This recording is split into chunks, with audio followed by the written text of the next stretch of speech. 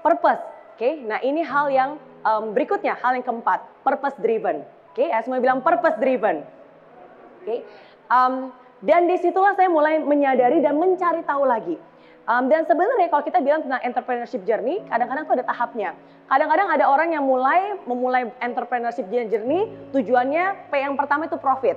Oke, salah nggak? Nggak salah, harus bahkan. Bisnis itu harus profitable. Kalau nggak bisnisnya nggak profitable, mana akan ada impact-nya, it will not long lasting.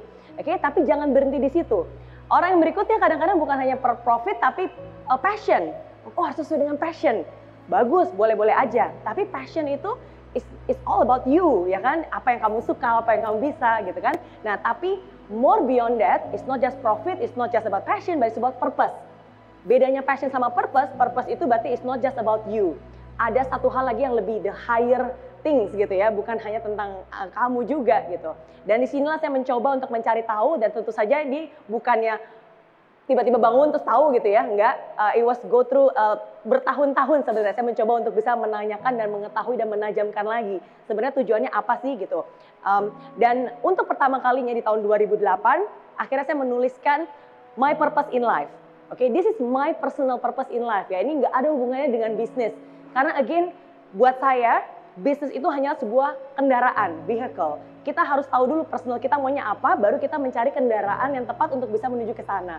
So this is really personal yang saya tulis di tahun 2008, dan hari ini saya ingin sharingkan, semoga bisa bermanfaat dan semoga Anda bisa melihat benang merahnya kenapa sih Miss Mary sekarang melakukan apa yang saya lakukan sekarang. Ini nggak ada hubungannya sama bisnis, this is my personal statement. Nah, tapi karena saya punya kejelasan dan ini yang saya tulis dan saya tahu, dan akhirnya saya mulai ya mungkin hidup juga memberikan kesempatan, akhirnya saya mulai melihat kesempatan itu dan memilih kendaraan-kendaraan yang tepat yang akhirnya membawa saya menjadi seperti saya sekarang ini. Again, kalau sebelum purpose driven tadi saya bilang salah satu caranya adalah action. Kadang-kadang kita punya tujuan, kadang-kadang kita punya idealisme, tapi nggak tahu harus mulai dari mana nih. It's okay, bergerak saja. Nah, karena pada saat itu di Singapura, kebetulan karena saya mendapatkan banyak award, banyak diundang, hidup memberikan saya platform, kesempatan untuk saya berbagi. Dan saya menggunakan kesempatan untuk berbagi itu, menceritakan pengalaman saya. Jadi sebelum ke Indonesia, sebenarnya saya lebih sering berbagi di Singapura, di Taiwan, di Vietnam, di Malaysia gitu. And I don't do that as a business ya, itu bukan sebagai bisnis, tapi kesempatan aja. I just have to take action and just keep doing and conveying that message. Nah, tapi semakin saya mencoba, again, sebagai seorang entrepreneur, kadang semakin kita bergerak, semakin kita akan bisa ditajamkan dan tahu tujuannya kemana. Nah, dari situlah akhirnya saya mulai menyadari bahwa ini menjadi salah satu hal yang akan saya lakukan, dan saya ingin bukan hanya meng-create business for income, tapi to create an impact. Dan makanya di ulang tahun saya ke-30, saya punya mimpi untuk bisa menciptakan dampak positif dalam kehidupan jutaan orang, khususnya di Indonesia. Keputusan yang sangat besar sebenarnya. Mungkin kedengar gampang ya, tapi itu sangat besar. Oke, kenapa? Karena saya harus meninggalkan bisnis saya yang di Singapura, pindah ke negara yang baru, dunia bisnis yang berbeda. Ya, by the way, pada saat itu saya memutuskan untuk terjun ke bidang education. Sesuatu hal yang sangat dekat di hati saya, karena itu yang mengubah hidup saya. Satu-satunya hal yang bisa mengubah hidup orang adalah edukasi. Kalau dia bisa menginvestasikan dan belajar, education, bukan hanya formal education ya, it will really change their life. Karena it changed my life. Oke, nah dan disitulah akhirnya saya memutuskan untuk setelah 16 tahun tinggal di Singapura, memutuskan untuk kembali tinggal dan menetap di Indonesia.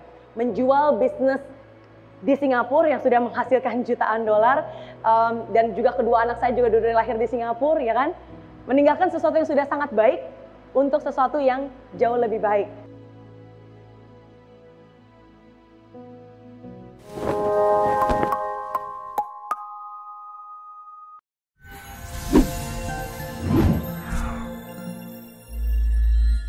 Di aplikasi Mary Riana tersedia lengkap video-video YouTube terbaru saya, artikel yang up to date, quotes inspirasi, koleksi merchandise, workshop dan seminar yang bisa kamu dapatkan free dan download sekarang juga gratis.